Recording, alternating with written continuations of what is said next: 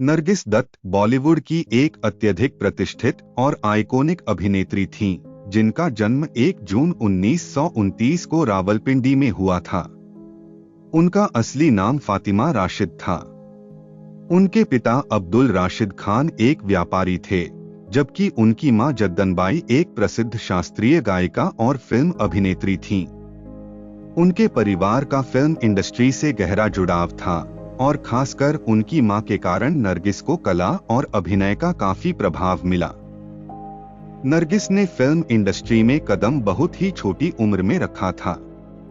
केवल 6 साल की उम्र में उन्होंने फिल्म तलाशे-ए-हक में बाल कलाकार के रूप में अभिनय किया था।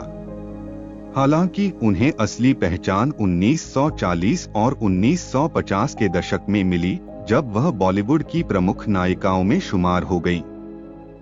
नरगिस ने अपने करियर की शुरुआत 1940 के दशक में की, लेकिन 1949 में फिल्म अंदाज के साथ उनकी पहचान पक्की हुई, जिसमें वह दिलीप कुमार और राज कपूर के साथ थीं। इस फिल्म के बाद उन्होंने कई हिट फिल्मों में काम किया, लेकिन उनका सबसे बड़ा सफलता का दौर शुरू हुआ राज कपूर के साथ उनके सहयोग से। दोनों की जोड़ी बॉलीवुड के सबसे सफल जोड़ी में से एक बन गई। नरगिस का अभिनय मदर इंडिया में राधा के रूप में आज भी याद किया जाता है। यह फिल्म भारतीय सिनेमा की सबसे महत्वपूर्ण फिल्मों में से एक मानी जाती है और इसे ऑस्कर के best foreign language film category में नॉमिनेट किया गया था। नरगिस का इस फिल्म में मां के रूप में कठिन संघर्ष और बलिदान का चित्रण भारतीय सिनेमा का अमूल्य धरोहर है। बरसात, आवारा, श्री 420 और चोरी चोरी जैसी फिल्मों में उनके अभिनय ने उन्हें सफलता के शिखर तक पहुंचाया। नरगिस की on screen chemistry Raj Kapoor के साथ अविस्मरणीय रही और दोनों की जोड़ी ने कई सुपरहिट फिल्में दी। नरगिस का व्यक्तिगत जीवन भी काफी चर्चा में रहा। वह और राज कपूर के बीच अफेयर की अटकलें थीं, लेकिन दोनों कभी शादी नहीं कर पाए। उनके असली जीवन का प्यार सुनील दत्त थे, जो एक अभिनेता और बाद में राजनीति में भी सक्रिय हो गए थे। नरगिस और सुनील दत्त की मुलाकात मदर इंडिया के सेट पर हुई थी, जहां सुनील ने नरगिस की जान बचाने के लिए एक आग से भरी सेट पर उन्हें बचाया था।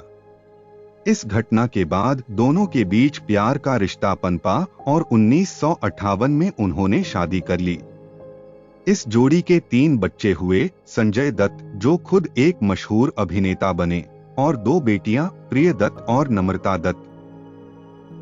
नरगिस का करियर 1960 के दशक में धीमा हो गया, क्योंकि उन्होंने अपने परिवार को प्राथमिकता दी।